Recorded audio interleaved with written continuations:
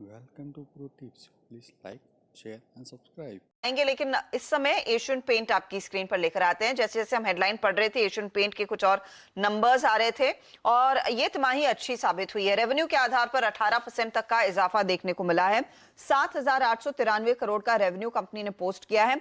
Market क्या expect कर रहा था? मार्केट एक्सपेक्ट कर रहा था 7,785 करोड़ का आय का आंकड़ा, उससे कहीं बेहतर और 18% तक की ग्रोथ दरअसल एशियन पेंट में देखने को मिली है रेवेन्यू में।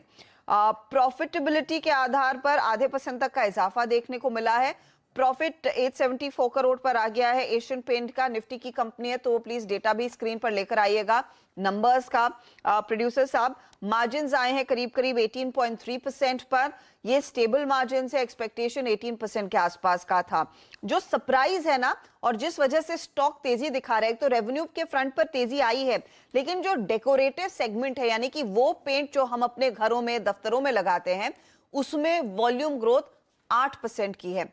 मार्केट ने अनुमान लगाया था 3 से 5% तक की वॉल्यूम ग्रोथ देखने को मिलेगी, और यही वजह है कि स्टॉक में एक अच्छी खासी तेजी बनती हुई दिखाई दी है। 3100 के आसपास इनफैक्ट एक मूव खरीदारी का बना है। डेकोरेटिव सेगमेंट में अच्छी वॉल्यूम ग्रोथ है। इंटरनेशनल बिजनेस में डबल डिजिट देखने को मिली है रेवेन्यू ग्रोथ, और साथ ही साथ आप गौर करिएगा इनके इंडस्ट्रियल सेगमेंट पर, और वहां पर भी डबल डिजिट ग्रोथ देखने को मिले। तो बहुत ही अच्छे आंकड़े एशियन पेंट के देखने को मिले हैं, डिस्पाइट द फैक्ट कि इस तिमाही में थोड़ा सा इंपैक्ट आया है दरअसल कच्चे तेल का, और उस पर आगे कुछ टिप्पणी जरूर होगी।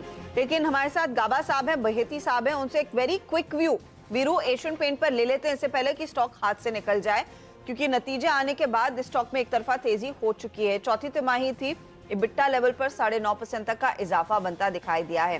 गाबा साहब, गुड आफ्टरनून। एशियन पेंट की बात करते हैं सर, ये स्टॉक अच्छी तेजी में है। आज इसमें क्या एक अपॉर्चुनिटी है खरीदारी करने की करंट लेवल्स पे? जी हाँ, ले सकते हैं। 3050 का एक स्टॉप लगाना पड़ेगा, वो जरूरी है। फर्स्ट टेक्निकल टारगेट रहेगा 3150, और उसके ऊपर मिलता है तो शायद 3200 भी देख सकते हैं। अच्छी जगह है, बेसिक स्ट्रक्चर पॉजिटिव है Asian paints. Paint basic structure positive, 3150 का टारगेट, और इनफैक्ट 3090 तक का लेवल जो हमने कुछ ही देर पहले देखा था। मुझे अभी याद आया कि आशीष बहेती ने आज सुबह में इस पर एक कॉल दिया था और उनका टारगेट यही था 3100 का, तो उनका टारगेट अचीव होता हुआ दिखाई दिया। आशीष से इस पर भी एक व्यू ले लेते हैं फटाफट से, फिर ट्रेंडिंग काउंटर्स की तरफ जाएंगे। तो एशियन पेंट्स ऑफ कोर्स एक ट्रेंडिंग स्टॉक है और वहां पर हरकत देखने को मिली है, लेकिन और दूसरे कौन से काउंटर्स हैं जहां पर तेजी देखने को मिली है, जहां पर मोमेंटम है? तो HUL आज 3.5% की बढ़त पर कारोबार करता हुआ 2190 के लेवल्स पर आ चुका है। इंडसइंड बैंक तेजी दिखा रहा है आज, निफ्टी बैंक में एक अच्छा योगदान इसका।